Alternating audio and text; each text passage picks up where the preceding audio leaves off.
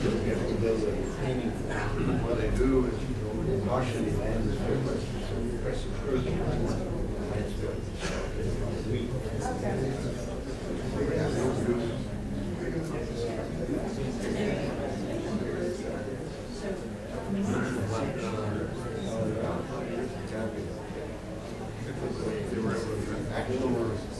Because of this painting,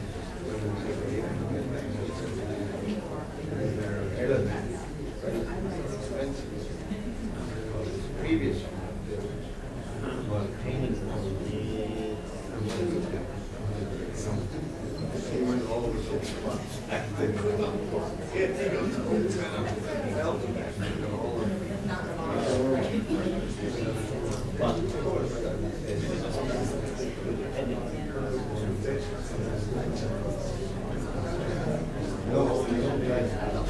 what you do is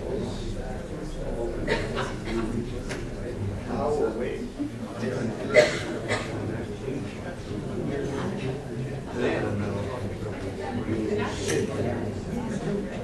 so bottom wide gap and outside straight and the inside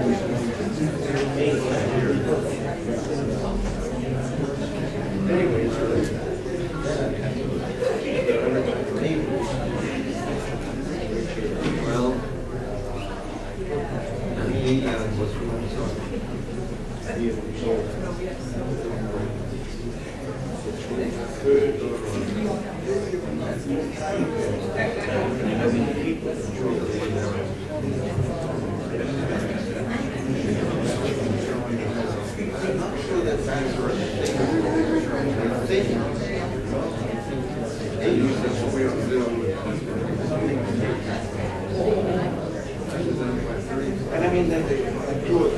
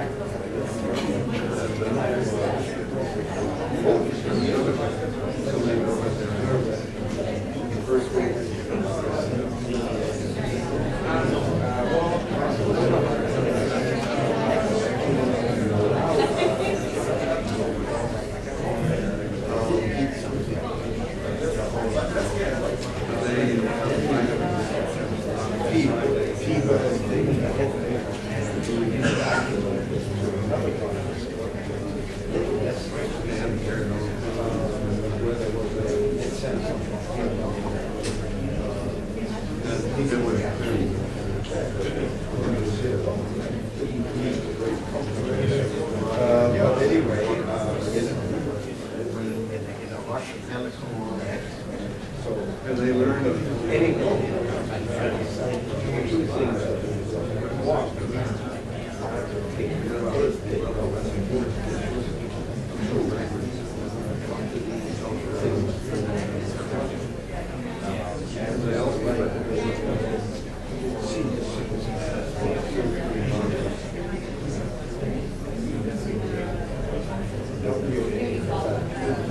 Oh, yeah, I'm open to that.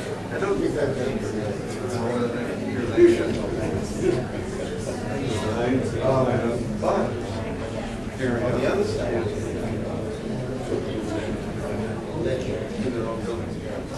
agenda, the phrase,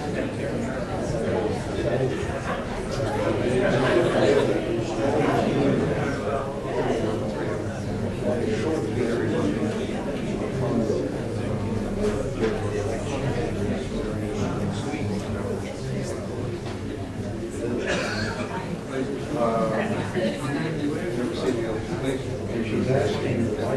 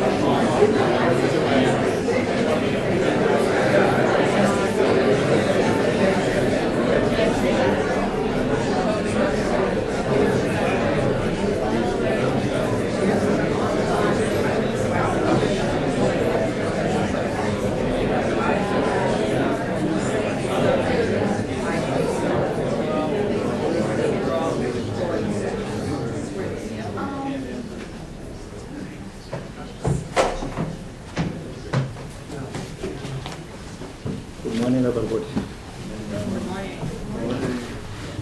Switch this around, but you stay there. A hearty good morning to all of you. I'm sorry we're starting a few minutes late, but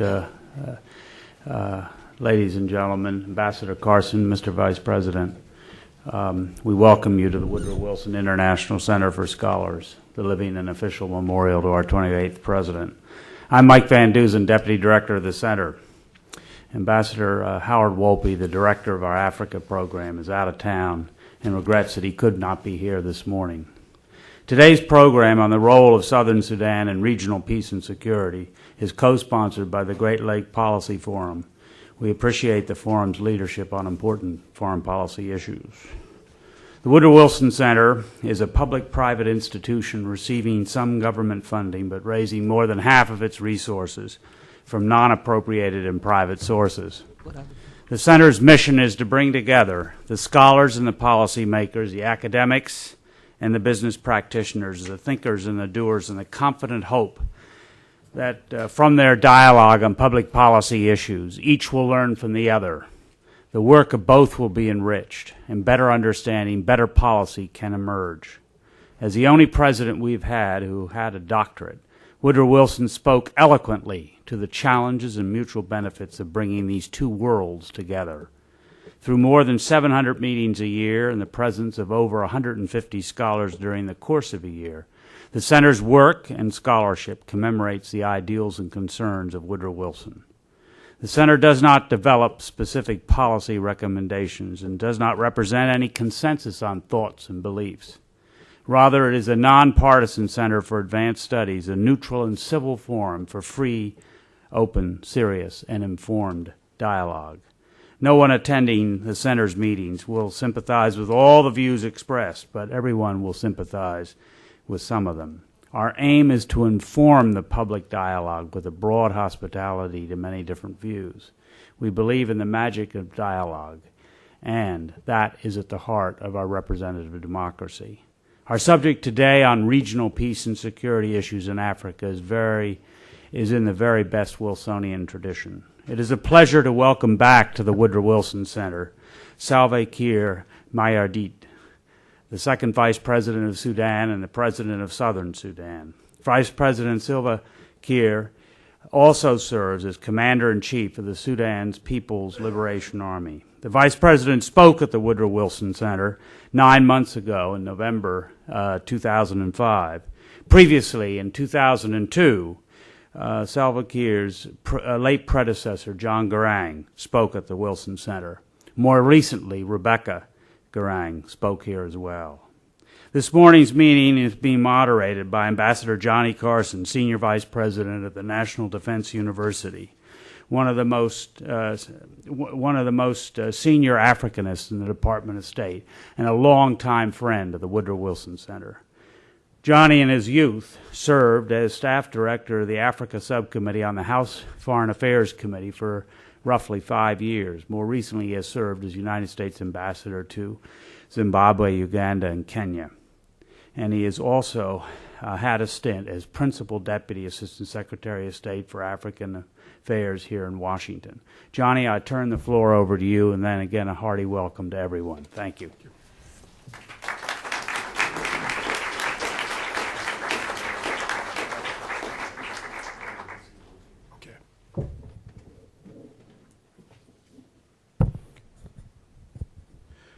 Mike, thank you very much for that kind introduction. Welcome, ladies and gentlemen. Again, on behalf of Ambassador Howard Wolpe, who is currently out of town, I too would like to welcome you to this morning's program on the Sudan. Today's program is, Mike has mentioned, as being co-sponsored jointly by the Great Lakes Policy Forum. I would like to make a few comments on behalf of the Great Lakes Policy Forum and what it is about. Certainly for the past 10 years, the Great Lakes Policy Forum has attempted to keep the issues in the Great Lakes region on the agenda of policymakers here in Washington and in other capitals, and to provide a platform where government officials, representatives of NGOs, members of the academic community, and citizens of the Great Lakes diaspora can come together to search cooperatively for solutions to the region's conflicts and many problems. The Great Lakes Policy Forum is pleased to be collaborating with the Wilson Center on this program.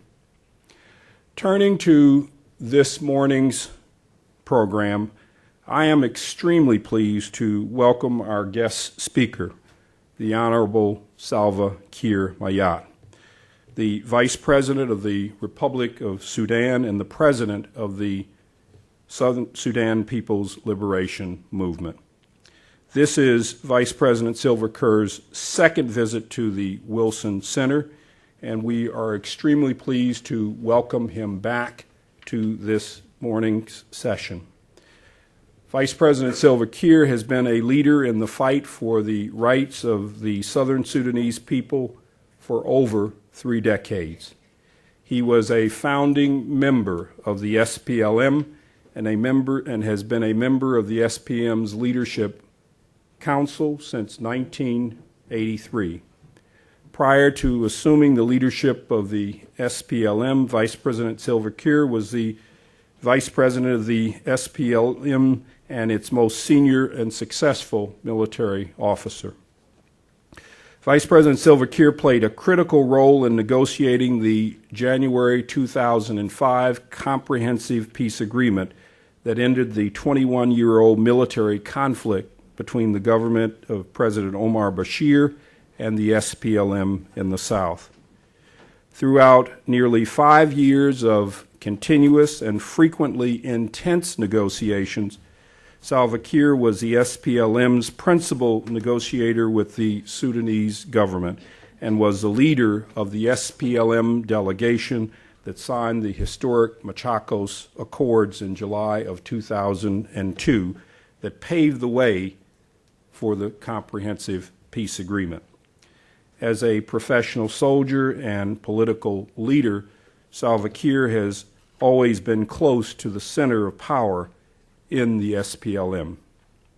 Vice President Salva Kiir assumed his current position as Senior Vice President of the Republic of Sudan and President of the SPLM and the government of South Sudan in August of 2005, shortly after the tragic death of Dr. John Garang, the founding president of the SPLM.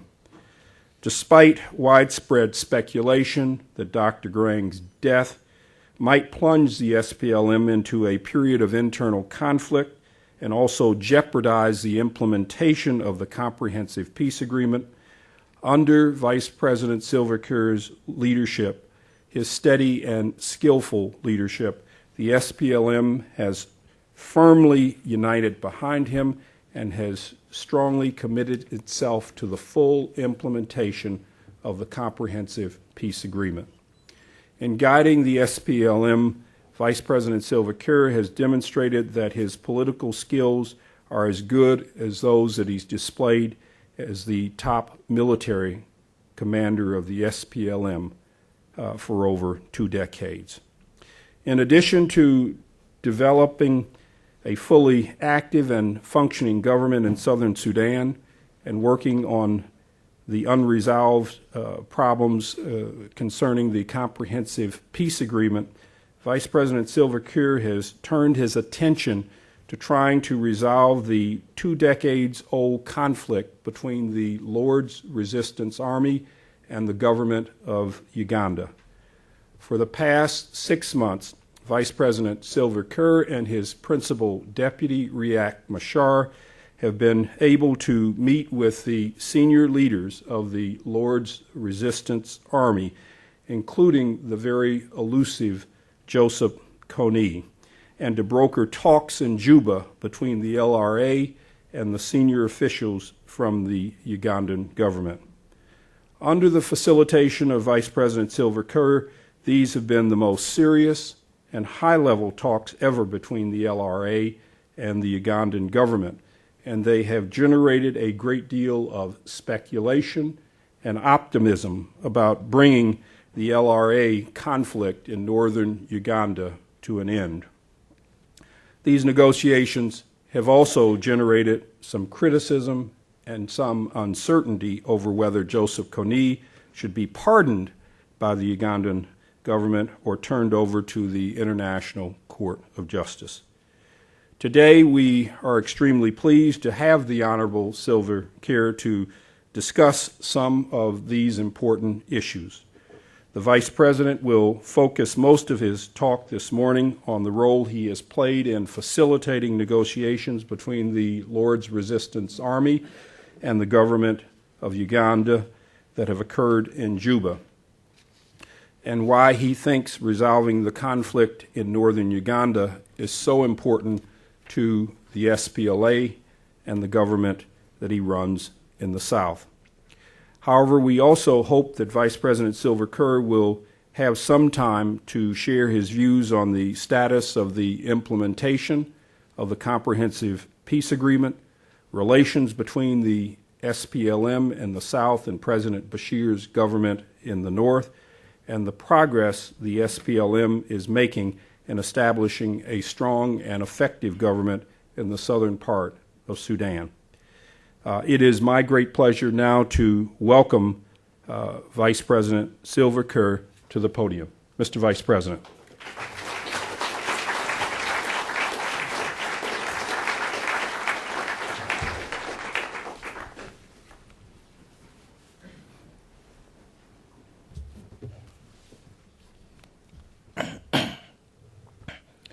Well, good morning, everybody. I'm happy to be in this August Center again for the second time. My first time was in November 2005. And so, having again met old friends that I have not seen now for over a year or something to that, it is a pleasure also to share with you the moments about the problems in our region in general, and particularly about our country, the Sudan. The topic that I'm going to talk about is something of concern to everybody, because without the security in the region, I think there is really very little that can be done in terms of development. And as you know that this region has suffered so many wars, not only in Sudan, but you go around, you will find that all our neighbors have been fighting, except that the duration varies from country to another. And so, to go into that topic, I would like to start with the CPA. This comprehensive peace agreement, which was signed on the 9th of January 2005, is in the right course of the implementation. Despite the fact that it is very slow, we have made some progress in it. We have some difficulties in the implementation of the comprehensive peace agreement. This is to say, it might have been the reason that when the peace agreement was signed, it was left to the parties that were warring to implement it at their goodwill. And this thing could have not been the case. We hope that, or we thought that after the second year of the peace agreement, the parties that were involved in the negotiations should have been, or should have remained focused on the implementation. This did not happen, and when it was left to us, of course, we have some misunderstanding. As we speak here today, we have not implemented a single article from the Abyei Protocol. When we agreed on Abyei Protocol, we formed a commission known as Abyei Boundaries Commission with the task to demarcate the borders of Abyei area, and so that people are clear about the areas that are to be administered under the Abyei administration. This commission was to bring back the report which the two parties committed themselves to, that it will be final and binding on both of them.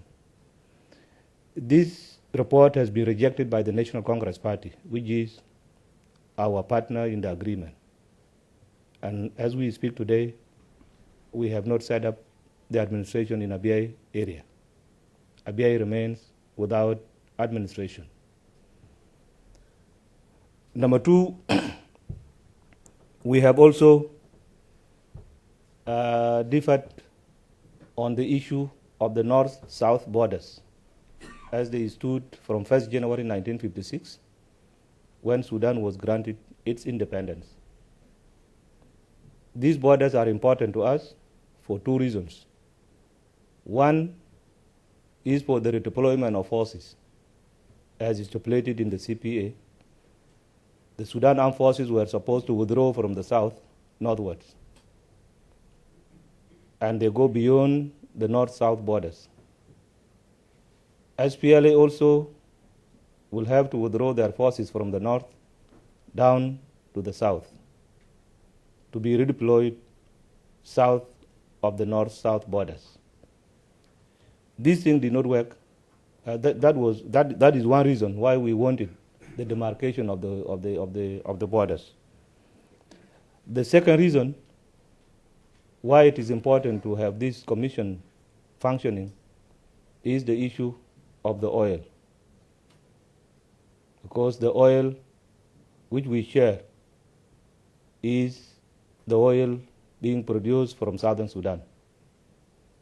And that the borders have been moving with the discovery of oil in the south.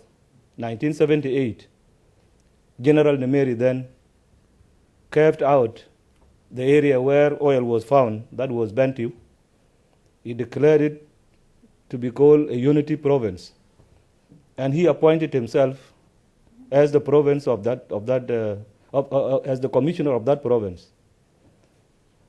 And since then, the discovery of oil went beyond, and it was always being found southwards. And so the border moved with the oil. Wherever oil is found, it has to be carved out to be annexed to the north. And this is what changed the boundaries. The area where I was born is now part of northern Sudan, and so I am a northerner. That I'm now speaking to you here. Consider me as a northern citizen of that. So these were the reasons that we wanted this commission to function. It has not functioned simply because the Federal Ministry of Finance did not then pay the necessary funds for the commission to start their work, despite the fact that the commission has been established. It is with reasons, not because there is no money, but if the commission functions, the oil wells that are now supposed to be part of northern Sudan will revert back to the south. And in the state of northern Sudan getting 100% of oil revenues from those wells, they will be getting only 50%, as it is agreed upon in the CPA. So that is the reason. The third point that we have not agreed in is the National Petroleum Commission. This National Petroleum Commission is co-chaired by the President of the Republic and myself. We have not progressed on that simply because we in the SPLM had wanted to change the way the oil ministry was being run, and so that the commission stands as an independent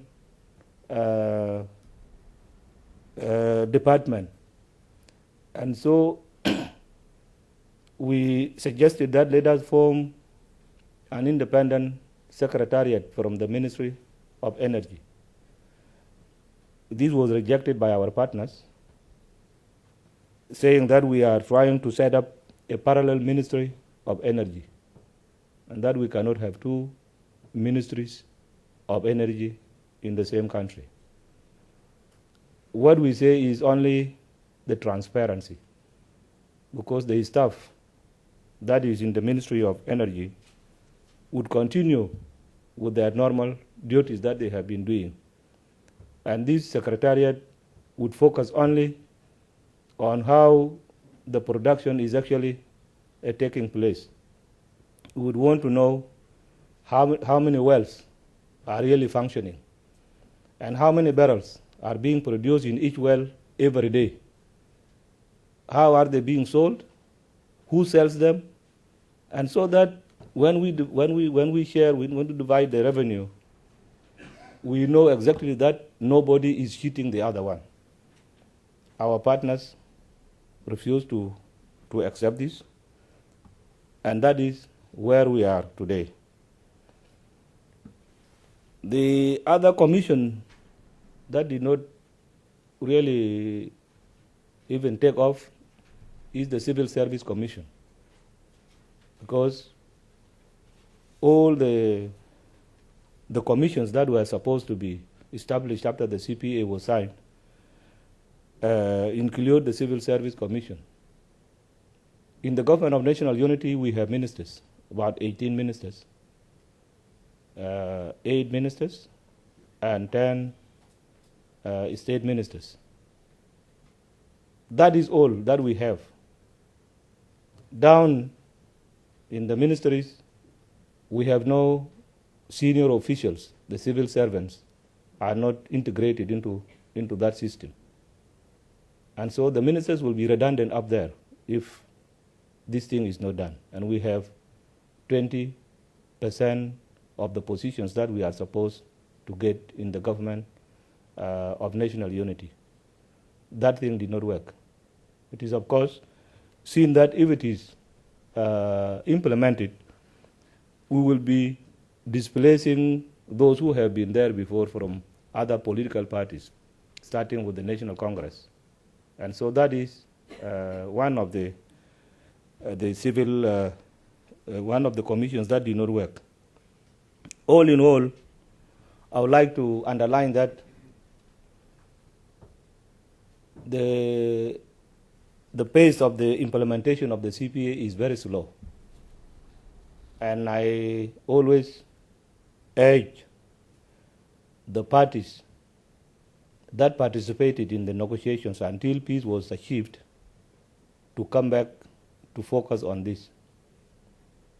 The IGAD countries should now come back.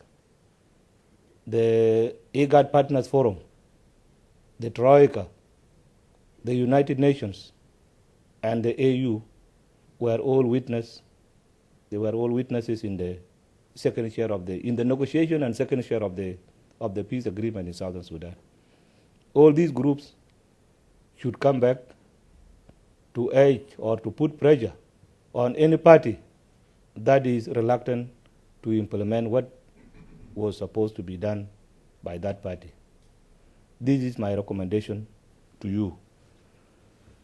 In other fields, we have progressed in implementation of the CPA.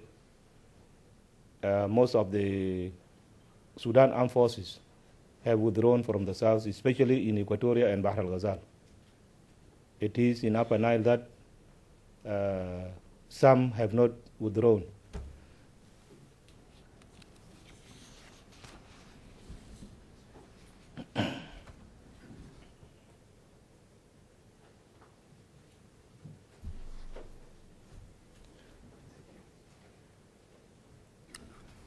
So that is one field that we have progressed.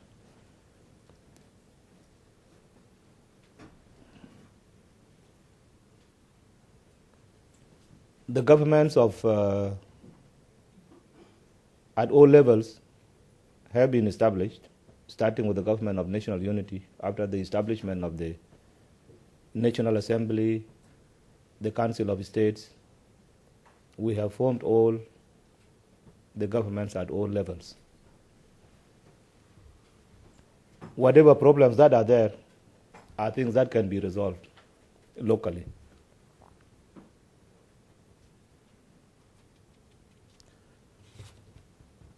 This is about the CPA. It takes me also to Darfur, which is something that came up soon after the second share of the CPA. Focus was diverted to be concentrated on Darfur, as it was described to be a genocide taking place in that part of the country. We are now in the middle that we are not able to implement the CPA. We are not also able to bring total peace to Darfur. And people seem to have been caught up in a situation that they do not know what to do. In the SPLM, we think that bringing peace to Darfur is important. And because of that, we gave our position very clearly about the UN peacekeepers, that the UN forces should go to Darfur to save lives.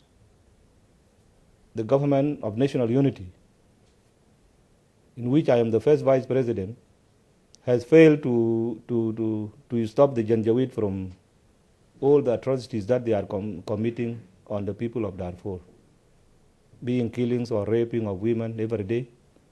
These is things that we have failed to do.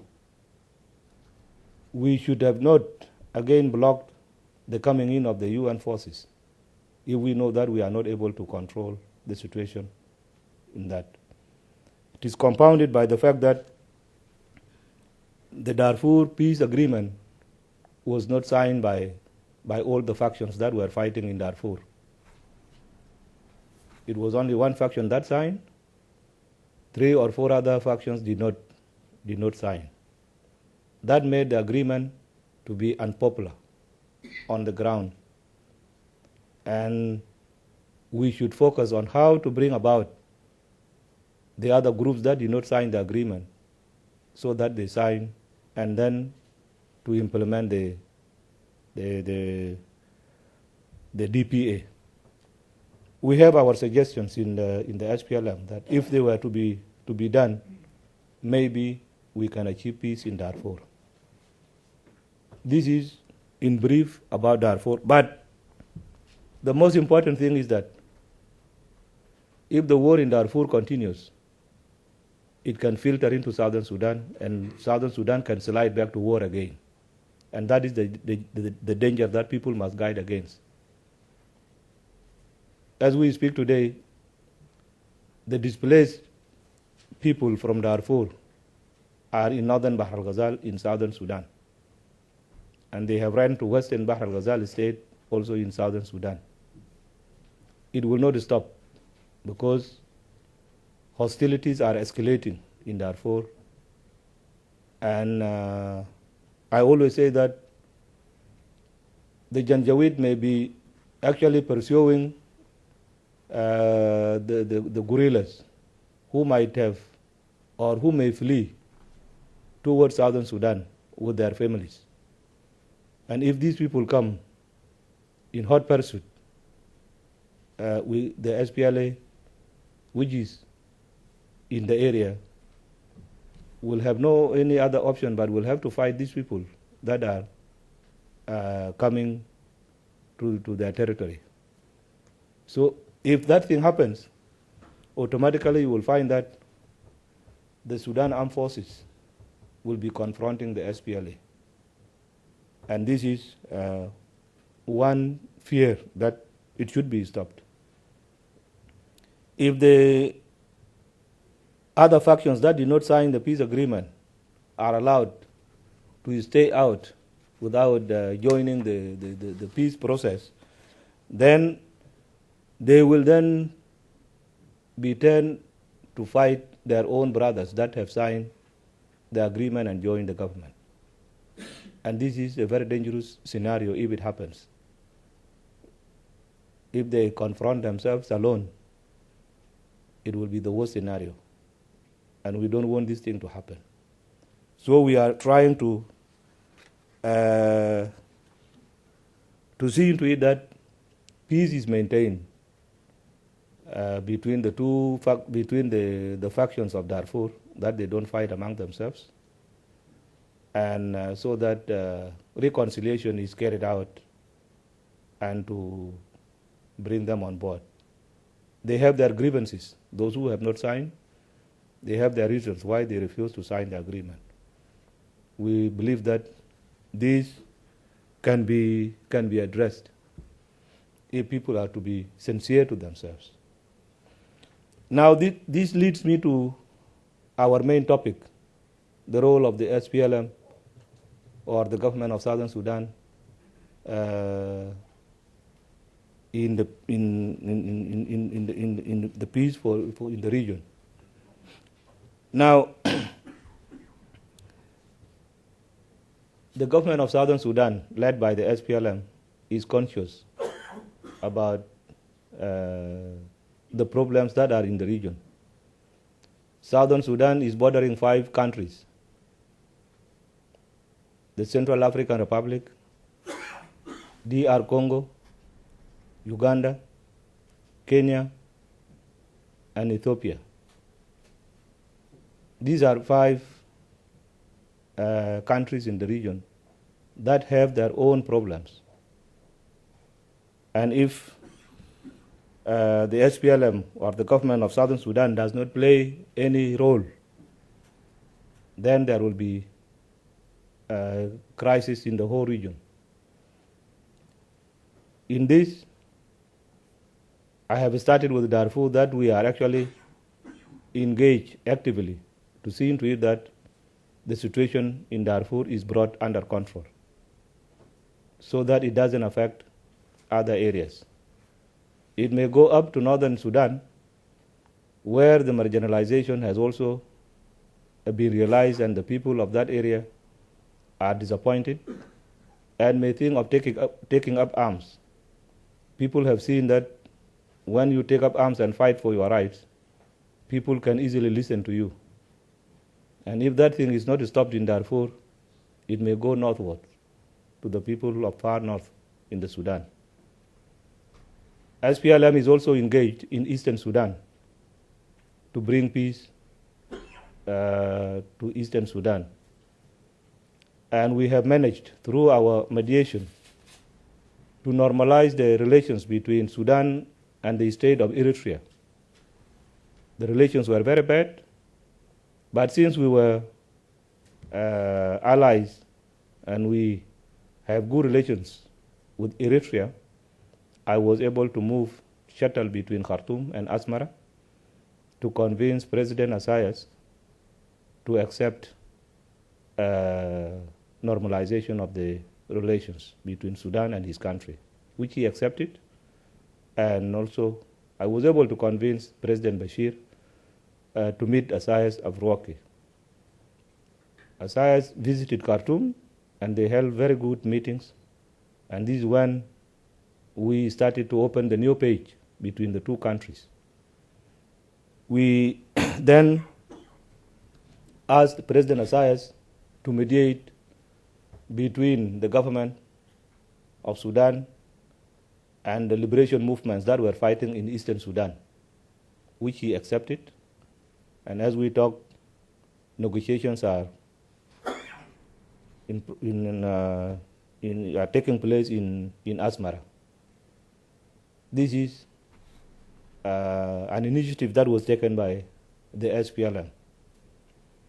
We have also formed a joint border committee with Ethiopia because there are dissidents in Ethiopia that are fighting the government, being Oromo, being the Nuer in Gambela, being the Anuak also in the same area.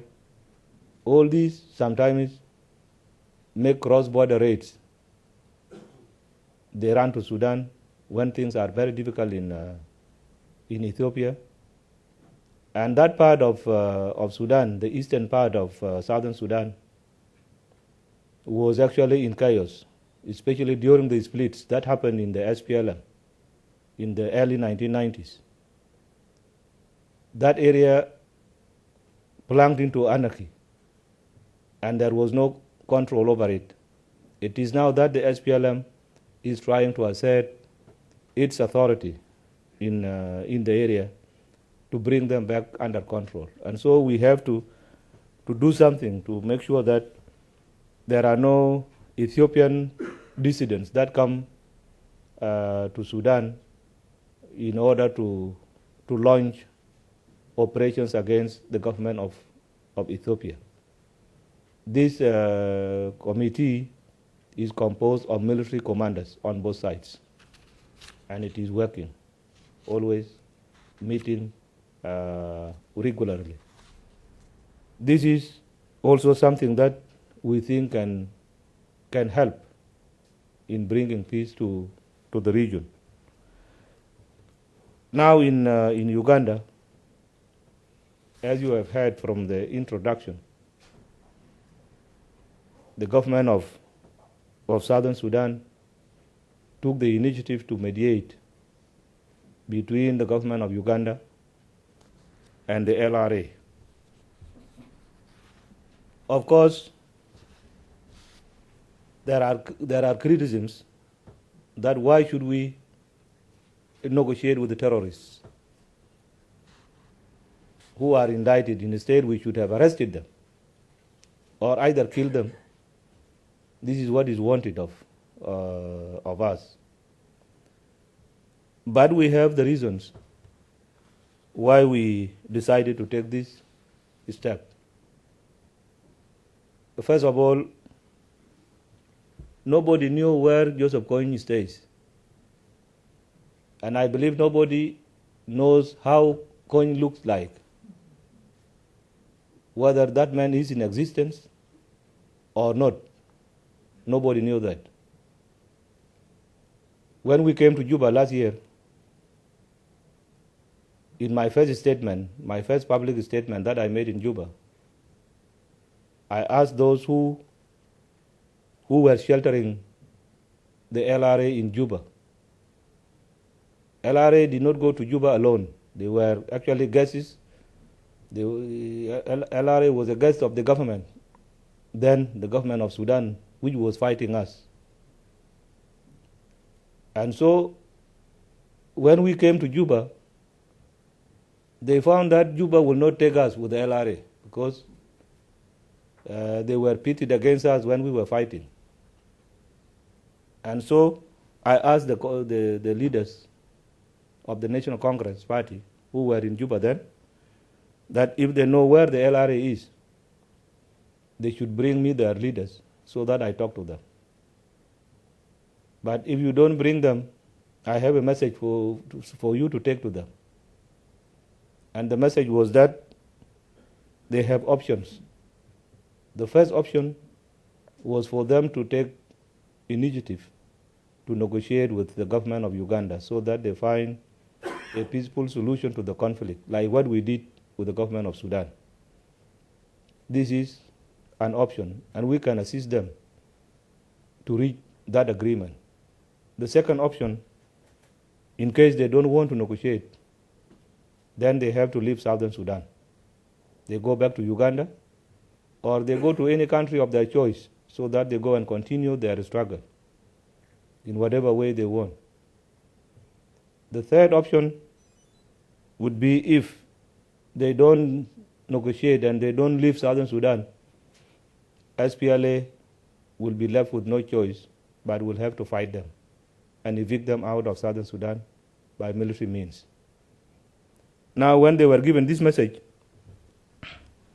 they turned around and they brought back a message to us that they were ready to talk to the government of Uganda if the government of Southern Sudan was ready to facilitate. We said, okay, you bring these people who are sending the message. We struggled with them until when we met some of them. And we asked them to show us where Kony is. Joseph Kony gave the order that they have accepted to negotiate with the government of Uganda and that he was ready to send a delegation. We said, no, we want to meet you personally and to talk to you directly without anybody in the middle. This is how we managed to reach Kony.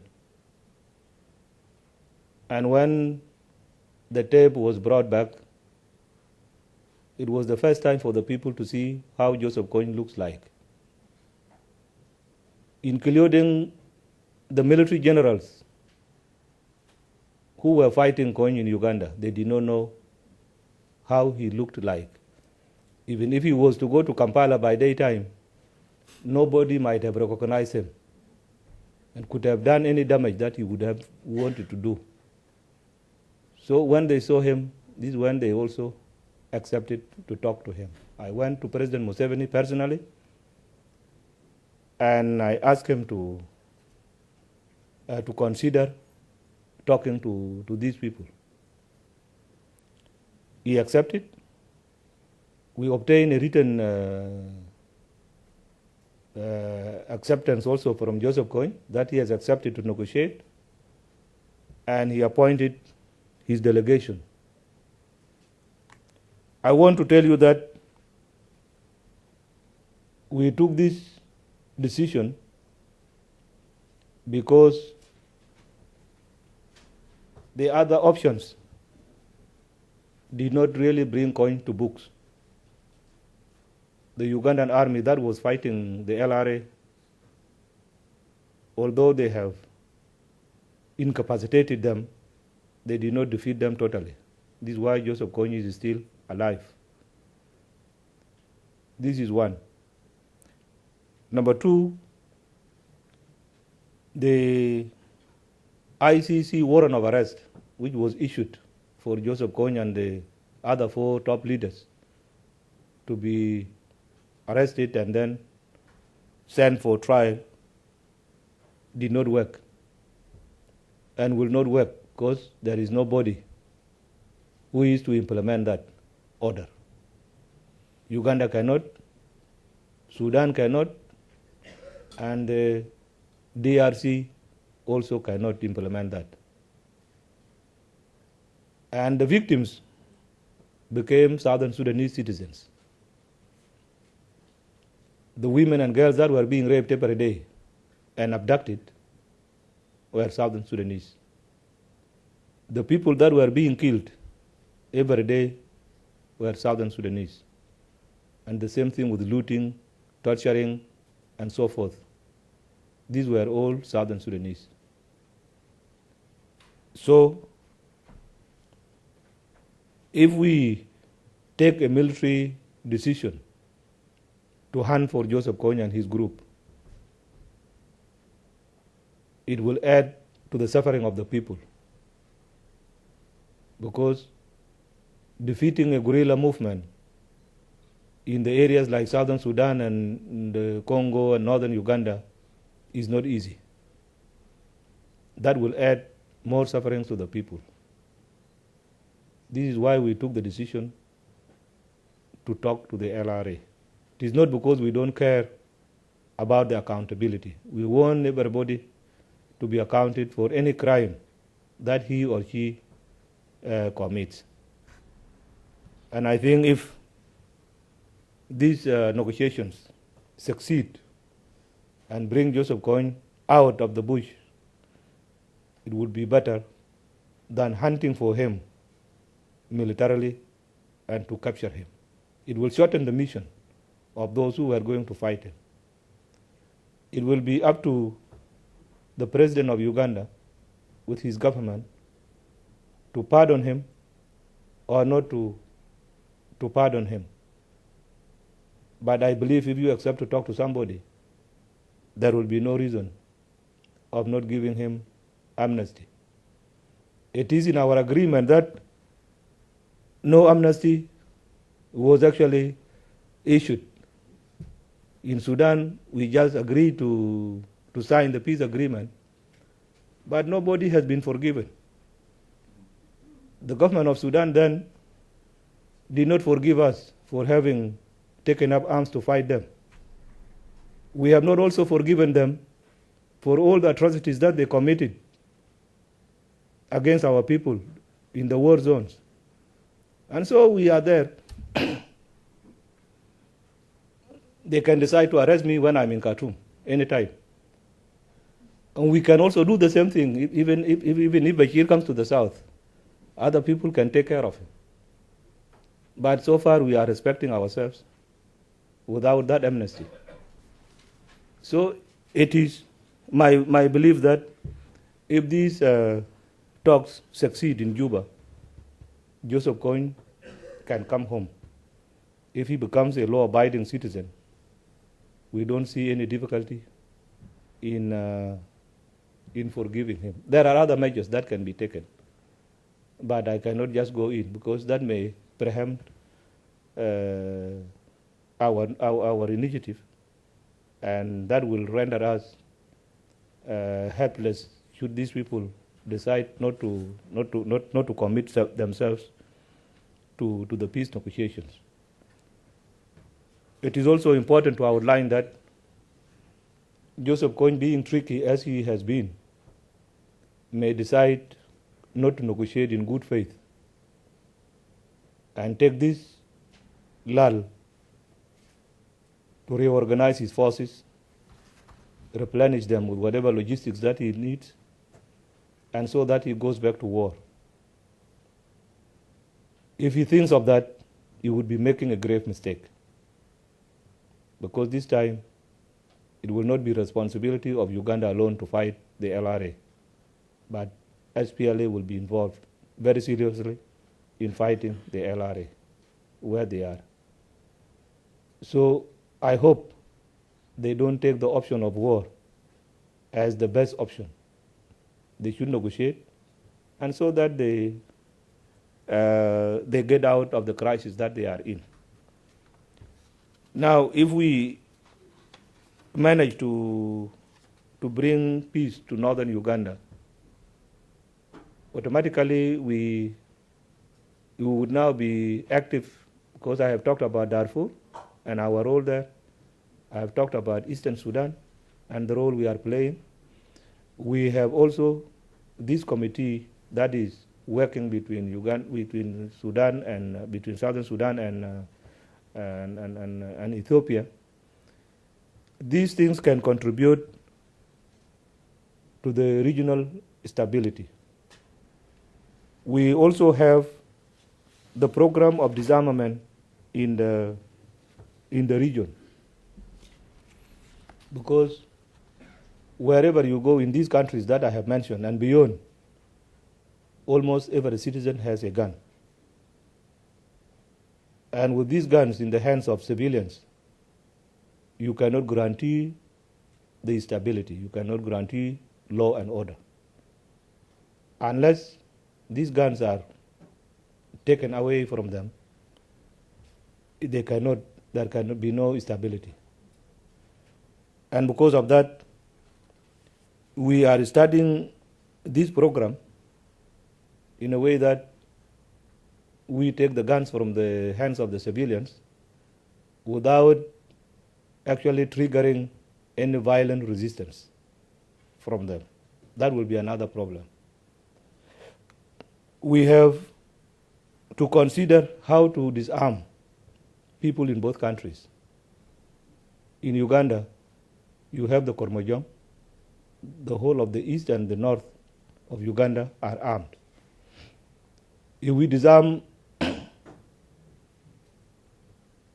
the civil population adjacent to them, tomorrow the Kormojong will cross. If they know that these people have been disarmed, they will cross the border tomorrow to go and take the cattle of these Southern Sudanese who were disarmed.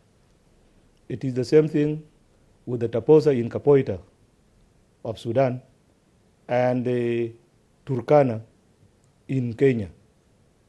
You disarm the Taposa, the Turkana will come tomorrow if they are not disarmed. So I'm trying to say that we want a joint program between these countries so that we do the disarmament simultaneously with our neighbors. This is the only way that the security will be stabilized in the region. It goes to Ethiopia also, because all the people are armed. I think this is the effective way that we can contribute to the stability of the region. By that, we think that this program can be executed in various phases. You can make announcement for the people to register their guns. They report to the police stations and they register all the weapons that they have. They can also be given a period to hand them over to the authorities. And that if they do it voluntarily, there can be incentives that can be given to them. For those who refuse not to comply with that, I think the governments can have the right now to disarm them by force. And that will help people understand the policies of each government in this in the region. And this is why I said before that we can do it without triggering any resistance violently. We have one factor which I did not mention in the CPA, which is a destabilizing factor. When we were fighting, we had other armed groups. We call them militia. But when we were negotiating, these militia, the militias were recruited by the government as counterinsurgency to fight the SPLA. But when we entered into negotiations, people did not know what to be done with them. And so when we called them militia, they became angry and they did not want the name. So we said, how do we call you? You are not a part of the Sudan Armed Forces and you are not SPLA. Who are you in the middle here? So a name was grafted and then given to them that they will be called other armed groups. But what were they armed for? These other armed groups are still a factor of insecurity in southern Sudan. In 2006, in January, according to the CPA, they were supposed to declare their intentions. Those who want to go and join the Sudan Armed Forces would be welcomed by the Sudan Armed Forces and would be integrated into their forces. Those who would like to come to the SPLA would be welcomed and integrated into the SPLA. On the 8th of January this year, Major General Paulino Matip, who was the militia commander, decided to join the SPLA. And we made what is known now as Juba Declaration. We signed it with him in Juba, and Paulino Matip joined us with all his forces. He is now the Deputy Commander-in-Chief of the SPLA. We have no any problem with him, with his forces that has joined us. We are integrating them into the SPLA. But there were commanders who did not take that initiative or who did not take that opportunity. One of them is called Gordon Kongshol. He's a Major General in Nasser area in Upper Nile. There is also another Major General called Gabriel Tam in Jonglei State, and Ismail Konyi, a Major General also in Jonglei State. All these, of course, you find them with the rank of Major General. You know in your armies here, this rank of Major General is not an easy rank. Nobody can become a Major General without qualifications. That can take him there. You would have gone under so many courses and so many experiences in other things that you have to do. But they are Major Generals without any qualifications. They don't even speak Arabic, they don't speak English. But they think that they are doing the job and they can be called Major Generals. There is another Major General called Toma Nur in Bahr al-Ghazal. All these forces are still, but they are unlawfully still carrying arms. We talked with our partners that these forces may take us back to war because it is you, our partners, who are giving them logistics, being food, being money, being ammunition, being arms, being uniform.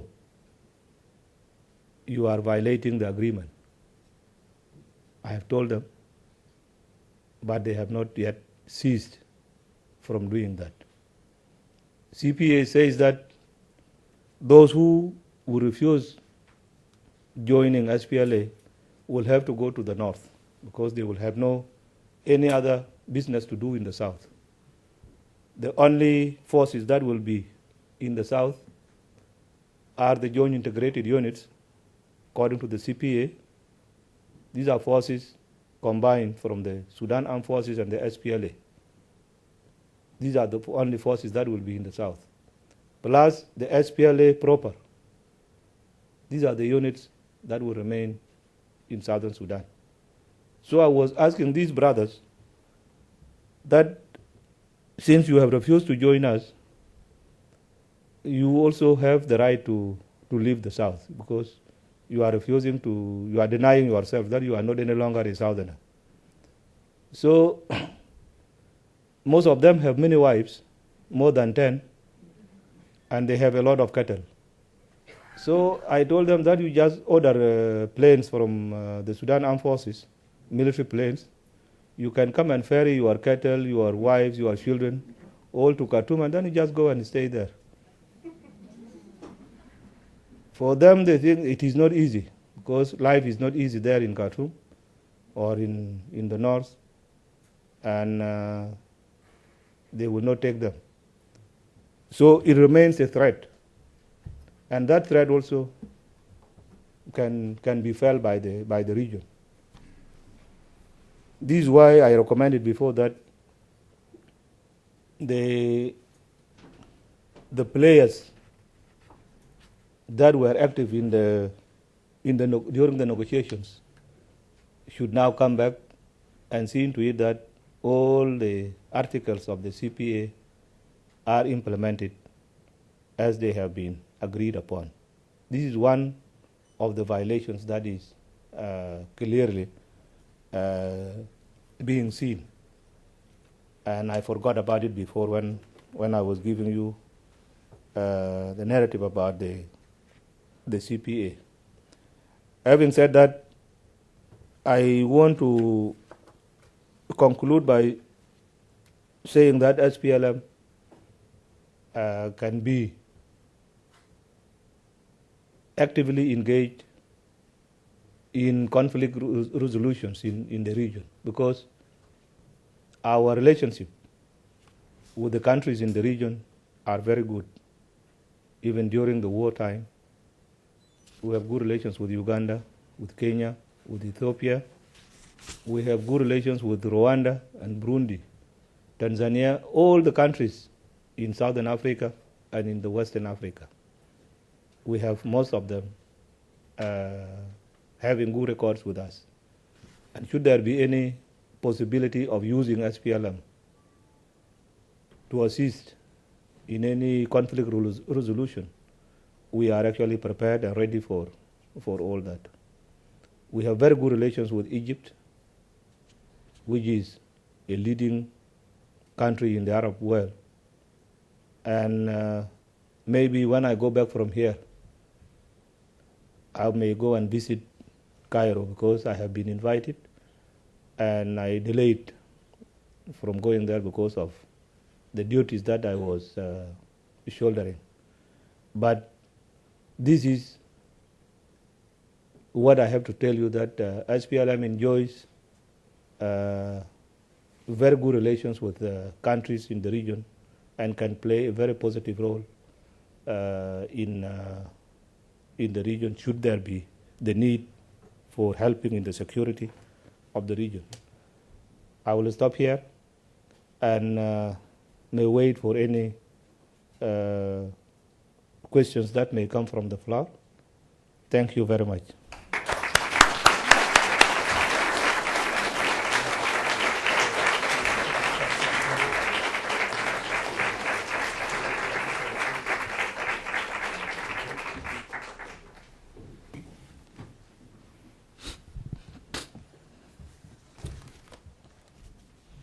Mr. Vice President, thank you for a very clear and comprehensive exposition on the status of the implementation of the Comprehensive Peace Agreement, as well as a clear and comprehensive exposition on what the SPLM under your leadership has done with respect to promoting regional stability in the countries bordering southern Sudan. The Vice President has agreed to take a number of questions. I would ask that as you make your question, identify yourself, make your question brief. These are questions, not commentary or editorials. We would like to hear the Vice President's responses to the questions, and we will take about 5 or 6 questions. I would also like to let everyone know that after the question and answer session, that there will be another discussion held immediately after his departure, in which we are going to feature 2 of his senior political advisors, as well as Dr. John Pendergrass from the International Crisis Group, to carry on the dialogue and the discussion. As the prerogative of the chair, I would like to ask the first question.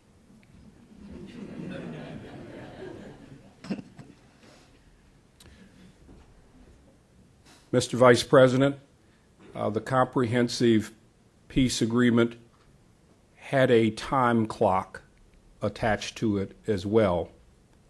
And after 6 years and 6 months, the agreement called on a referendum to be held to determine whether the people of the South were satisfied with the implementation of the agreement and the status that they had within a larger Sudan. January 9, 2005, the clock began. We are now into some 18 months beyond that period. What would you think the people of the Sudan would agree to today based on the implementation of the agreement? Yea to continued integration into a united Sudan, or would they vote for independence? And if, in fact, the agreement continues to be implemented at the pace at which it is being implemented today, how do you think they will feel when the time clock runs out over the length of the 6 years and the 6 months? I'll let the Vice President come back to the podium. He chooses to stand here, but I will identify those individuals in the audience for questions. There are mics on the left and the right-hand side of the room. Again, keep your questions pointed and short. Thank you. Mr. Vice President. Will I answer your question first, or do I take other questions? I'll tell you what. We'll do 2 others from the floor quickly. Ma'am here. My name's Janet McElligott. Hi, my name's Janet McElligott, and I'm doing a project for Sudan Human Security Baseline with the Small Arms Survey in Geneva. And we've just been refunded by the Canadian government as well as 4 branches of the UN. But because there are so many Americans on this, we're finding it terribly difficult to try and work with the palace and with the foreign ministry to get year-long multi-entry visas. And I'd love to get your assistance and help on that. And secondly, I think this information could... Come back. Assistance and help? Visas. Year-long multi-entry visas. Visas. Yes. To Sudan. That would be correct. You know, your foreign minister, Lamakol. He has to personally agree to those. But I've already had meetings with 8 of your ministers in Khartoum and many of them in the south. I've requested 3 meetings with you and haven't gotten one yet, and would love to get one on my next trip. Sir, in the far back, yes, sir. Yes, sir.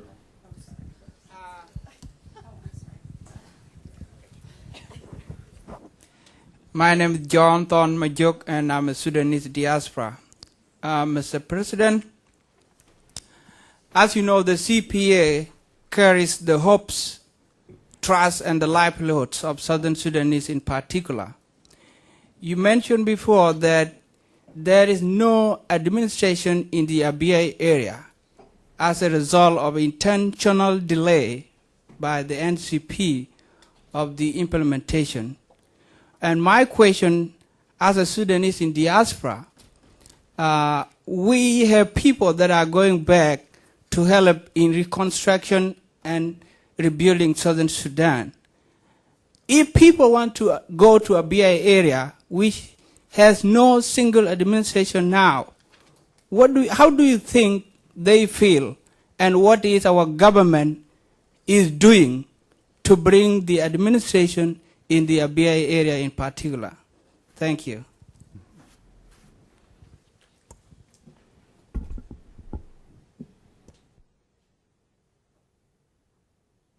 We'll let the Vice President answer those 3 questions first. I also have questions from the overflow audience, and I will also raise some of those. Mr. Vice President? Thank you.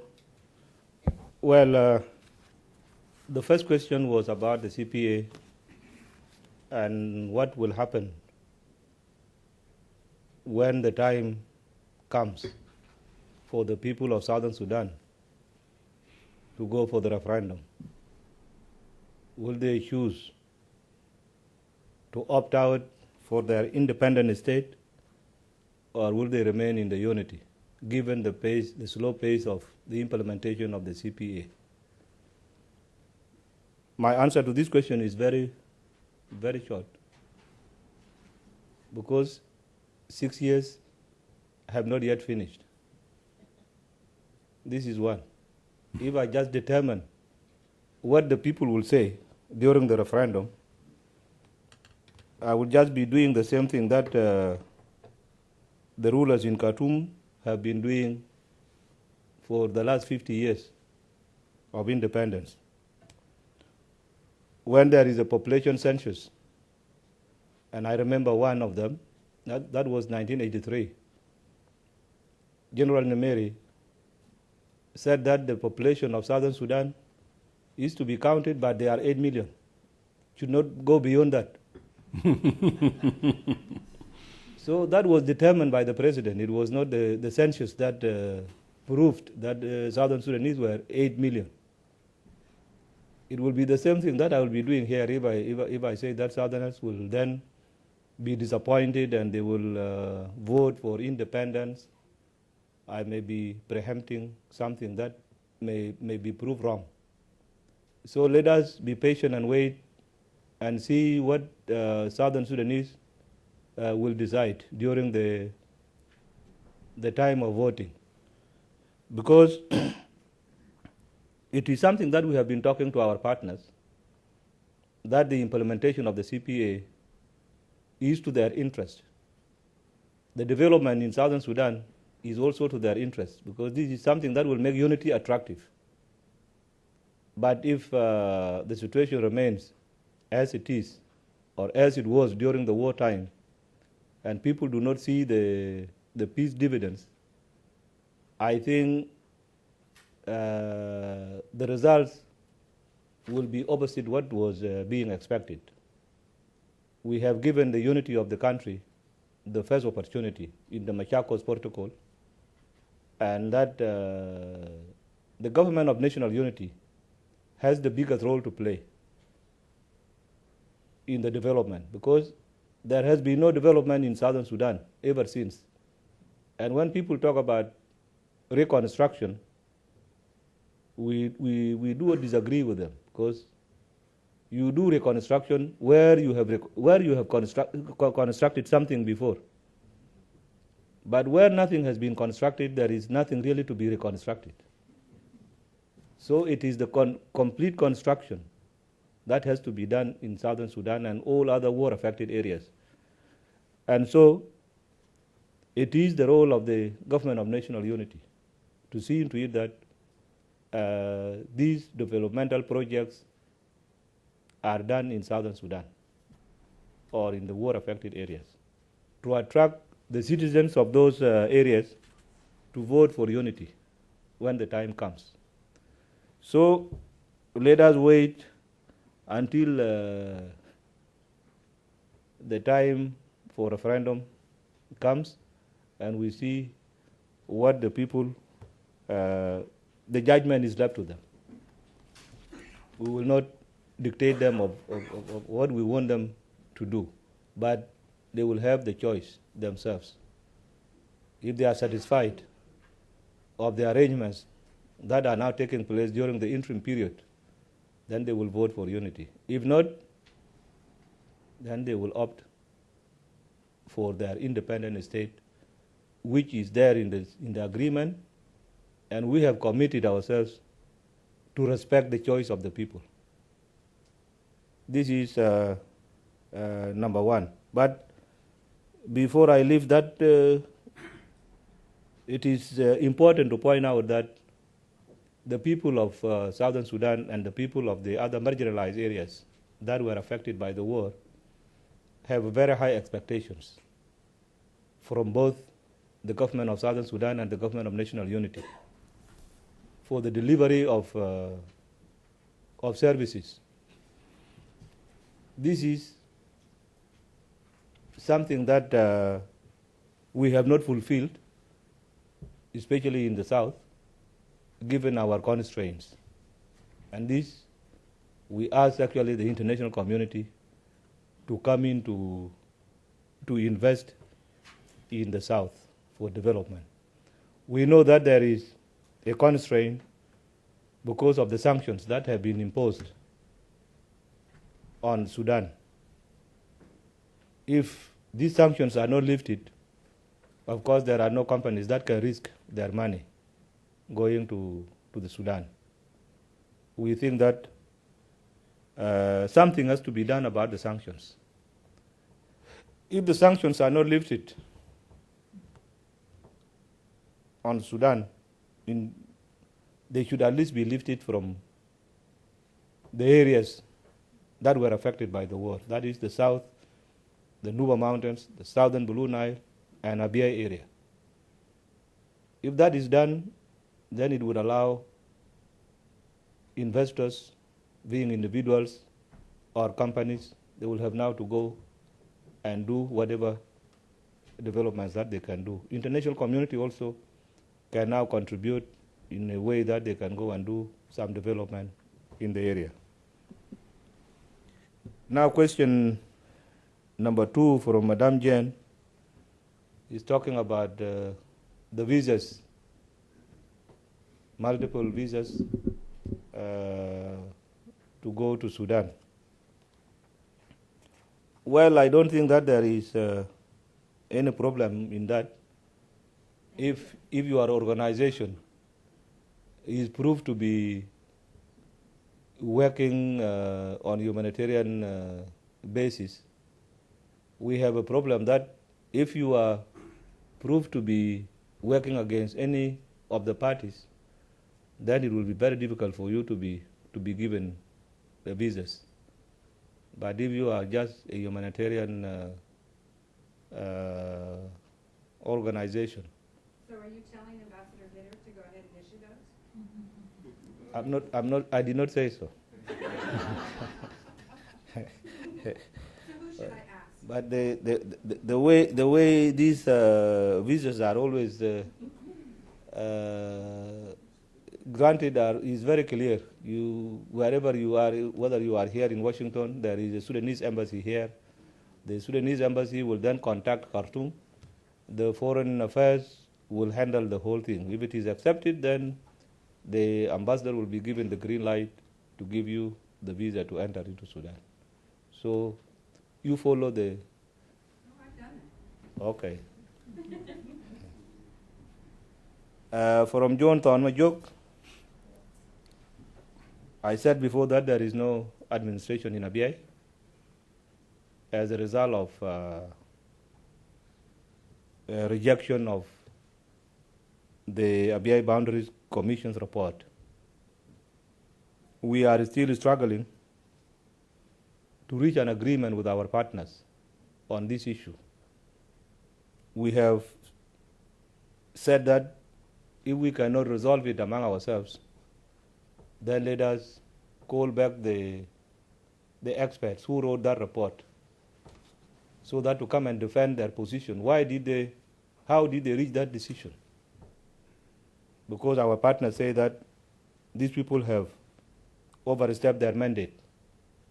So we want to come and see with them what have they done. If it is something that can be corrected, we can sit together and we correct it. But our partners are reluctant to accept the experts to go back to Sudan so that they go and clarify themselves. We have not thought of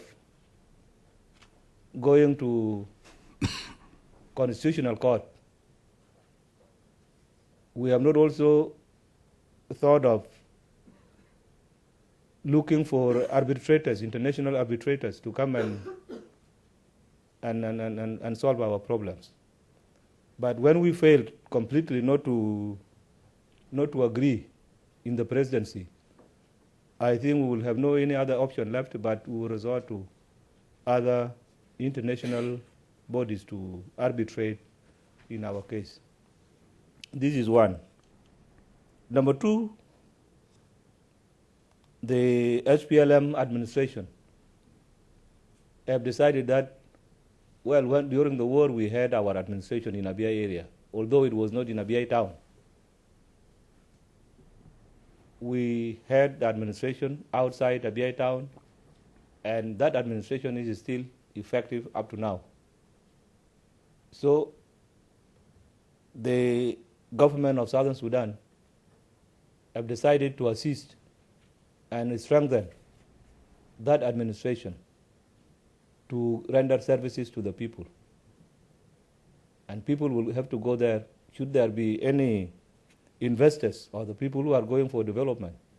They will find this administration functioning among the people of Abyei who are already in the area. That administration is being supported from Juba, from the government of Southern Sudan, until when Abyei administration will receive its 2% share of oil for the development in the area. For now, it will be the responsibility of the government of Southern Sudan to assist the people of Abyei until when the administration is established. I think that is all that you need about Abyei. The administration of Abyei was supposed to have been established a long time back, but it has not been established. Simply because our partners think that the Messiria should be included in the administration. We say no, because Messiria come to Abyei seasonally. And for the Messiria who have been residing in Abyei for over 40 years, we have no any problem with them. They can be, according to their qualifications, be part of the administration of Abyei. What we reject is bringing somebody from Dar al-Masiria to become a citizen of Abyei. This is what we have rejected. Otherwise, things will improve. We believe that this thing will be resolved.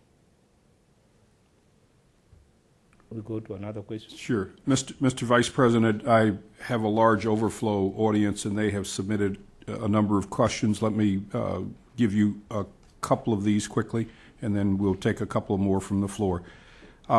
After the CPA agreement was signed, a number of institutions and countries pledged financial assistance and material aid for the reconstruction of the South. Have those pledges been filled? A second question, have you been in touch with the IGAD countries with a view to discussing the obstacles that you were facing about implementation? We'll take a couple of more questions from the floor. Sir, in the far, yeah, yes, sir, in the blue shirt. Mm-hmm. Thank you, sir. I'm with the Woodrow Wilson International Center for Scholars.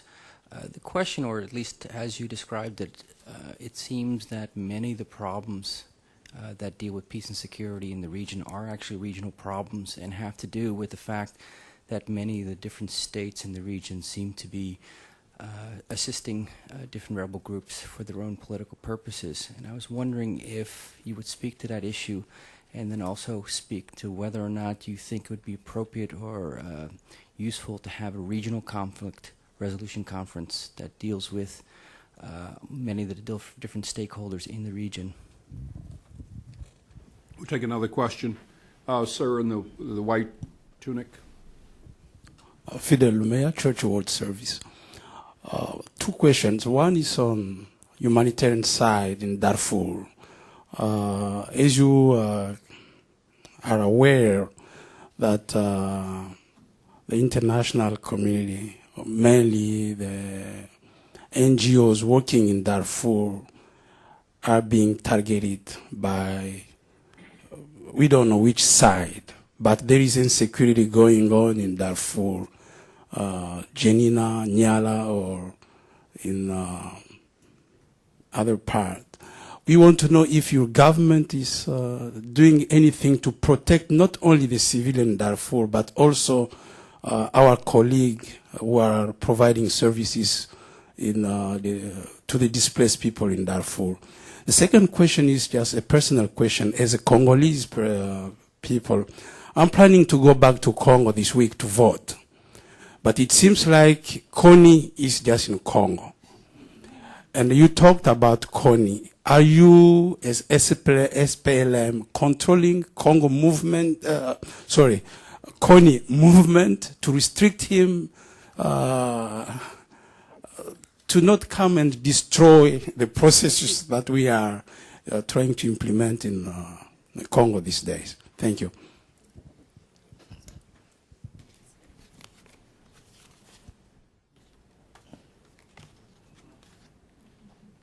Madam, you have a problem. You have been raising your hand.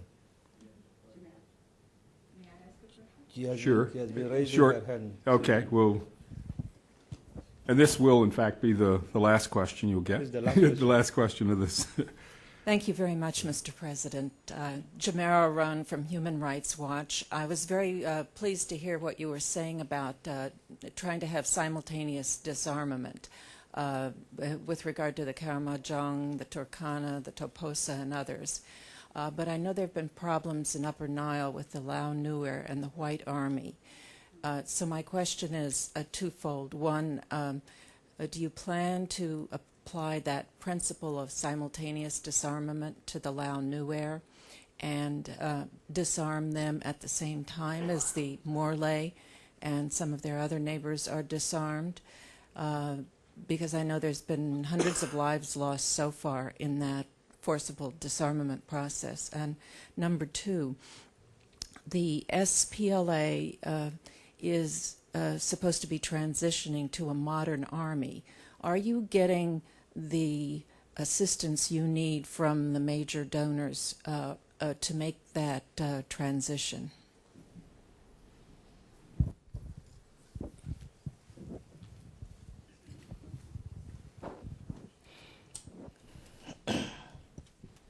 Well, the question about the pledges, well, in Oslo 2005, the donor conference took place and a lot of money was pledged for the construction of Southern Sudan and other war-affected areas. This money was supposed to be administered by the World Bank. And so no money was to come directly to the government of Southern Sudan. For now, we have been hearing very little about these pledges. Some might have come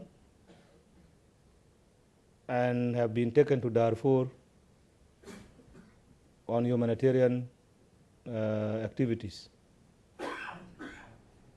Whatever that might have come to the south might have followed the same. But not all the donors that have really respected their pledges. But all the same, even if that money was to be paid, it would be under the administration of the World Bank. And the World Bank is supposed to spearhead the developments, the construction of the South. And so we are still expecting the World Bank to do this, and will be the right body to inform us about whatever they have received and what they have not. So this is about the pledges. We are hopeful that the major donors that pledge this money will really live up to their obligations to pay what they have pledged.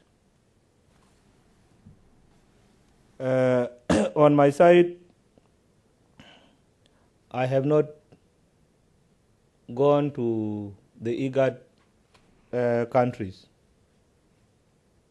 or did not call for any conference that will bring the IGAD countries together. But I have been talking terms with individuals. When I was coming here, I passed through Nairobi, specifically to meet President Moi Kibaki and talk to him about the difficulties that we are facing in the implementation of the CPA, and ask him to take the lead in raising this issue to the other colleagues of his.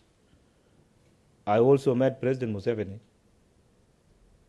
and brought this thing up, and as he is now the chairman of IGAD, I told him that he has the role in the next, if they sit again, he should raise this thing so that it is discussed.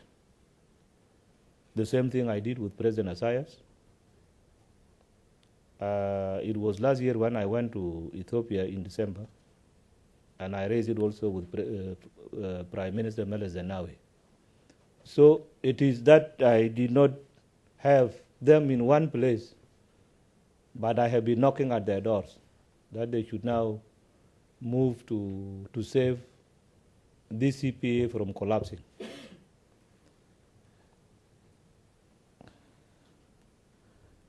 About my brother from Congo, there is really, no, before that, somebody asked about whether we can, from behind there, whether there can be a regional conference if we are to address the security issues in the region. That suggestion is there, but it is not me to call the conference, because Southern Sudan is not an independent state. I am the first vice president, and if that thing does not get the green light from my president, I think we cannot do it in isolation of the government of national unity. But if anybody in the region raise this issue, yes, we can be represented in the conference. And if I go there, I will just go unofficially mandated to go and attend the conference on behalf of my president. So that issue is actually being talked about, but there is nobody who has decided to take it up as a serious matter. For the issue of Darfur, yes, NGOs are being targeted and you never know who is doing that. People believe that it is the work of the Janjaweed. The Janjaweed turn around and say, these are the rebels who are doing this, together with the government. And so it is something left hanging. And this is why there must be accountability. If the UN peacekeeping forces were to be allowed to go to Darfur, this situation would stop, because this will be a neutral force and will always point a finger at somebody who has committed the crime. All the responsibilities will be then pinpoint to each group that commits any violation. And so the government says that we are protecting the NGOs because it is always the responsibility of any government to protect any NGOs, being foreigners or indigenous. They are under the responsibility of the government to protect them. The plan is there, but why it is not implemented is something known to the forces on the ground. The commanders who are actually on the ground should be asked to why they are not implementing the orders that have been given to them. As for your going back to vote, we are not controlling Koin, my brother. And I thought you should be the ones to control him because he is in your country. And when he crossed to Congo, we actually asked President Kabila to apprehend him. But because of these elections, all the parties were reluctant to face the problem of Koin, even to cooperate with the ICC was a problem. I met Vice President Pierre Bembe and another vice president. I think you have 4 vice presidents. So I met Pierre and one another, and I discussed this issue with them. They said no, they cannot do anything now until after elections, because they are also presidential candidates. And each one of them thinks that he will win the elections. President Kabila also in Kinshasa knows that he's going to win the elections. And I don't know how many are they, 33 presidential candidates. And so we don't know who will win the elections. For whom are you going to vote?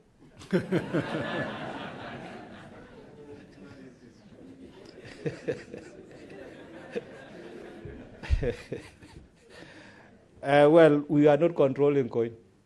So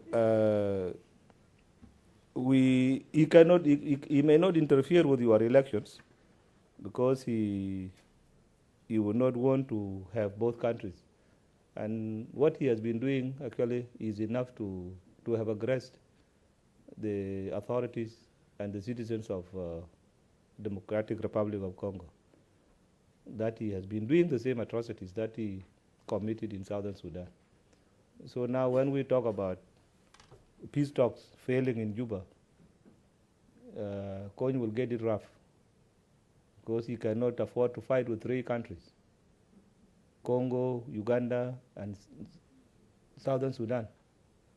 It will not be easy for them. So we are not controlling him. For the disarmament, which was asked by Jamera, is that I said that we want to do the disarmament in a way that we don't trigger off a violent resistance. We had some problems with other ethnic groups, like in the Law Nuer, and that might have been a problem for some time, and with the Murle. But it cannot be only put to these two ethnic groups. It has become a general problem.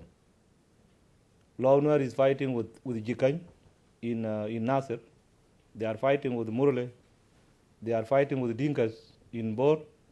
They are fighting with the Gawer, which is also a Nuer section, and all that. So this is something to be addressed, and if it is to be addressed, it has to be done the way I said before, because if you disarm one section, the other section will come to attack them tomorrow, and you would have then caused their doom. So we are very mindful about not allowing any section to have the upper hand over the other. We will do it in a very satisfactory way that we keep peace among the populations of Southern Sudan. As for the SPLA, we are now reorganizing, and the reorganization of the SPLA, of course, is the responsibility of the government of Southern Sudan, as stipulated in the CPA.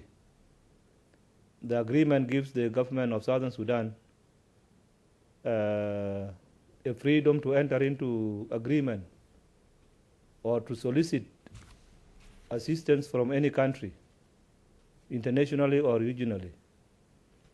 It was something that the SPLM, during the negotiations, wanted this responsibility to be shouldered by the government of national unity. But the government of national unity refused. The government of Sudan then, they refused that they cannot be responsible to take care of somebody's army. That SPLA belongs to the SPLM, and SPLM should now take care of their own army. That was maybe a mistake from their side, because if this was to be handled by the government of national unity, the SPLA would have been under very strict control of the commanders of the Sudan Armed Forces. But when they rejected this thing, they gave the SPLM the freedom to solicit any assistance from any friendly countries, something that they would not like when they see that SPLA is being organized as a modern army with all sophisticated weapons that are supposed to be handled by any modern army. They would have liked to have actually controlled it so that they don't give them arms. But it is already offhand. SPLA will be reorganized in the way we think that we should reorganize them. Of course, we are sizing down the SPLA so that we don't have these huge numbers. We want it we don't want quantity. We want the quality of the men that we would be able to use with the modern equipment. Having said that, I think I have come to the end of the questions that were raised to me. And again, I thank you very much, Ambassador, and abdicate myself.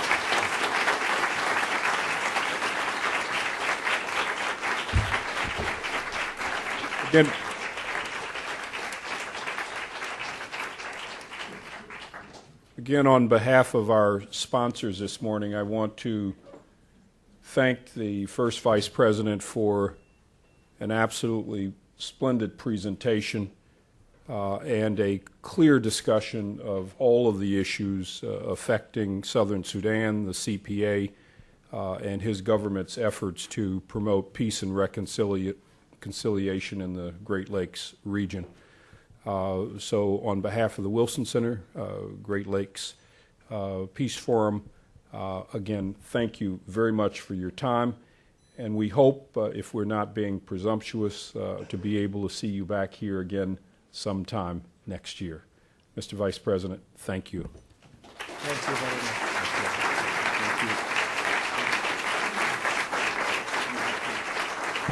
much. One quick administrative announcement. We're going to ask everyone to remain seated briefly until the Vice President exits on the right-hand side of the hall. We are going to take a brief 10-minute break. There is some coffee, tea, and outside, and then we will have 3 people up here on the podium. We've got 2 of the Vice President's senior foreign policy advisors, and we also have Dr. John Prendergast from the International Crisis Group. Yes, Mr. my people are present. Okay. Thank you very much. Very good. Thank you to all of you.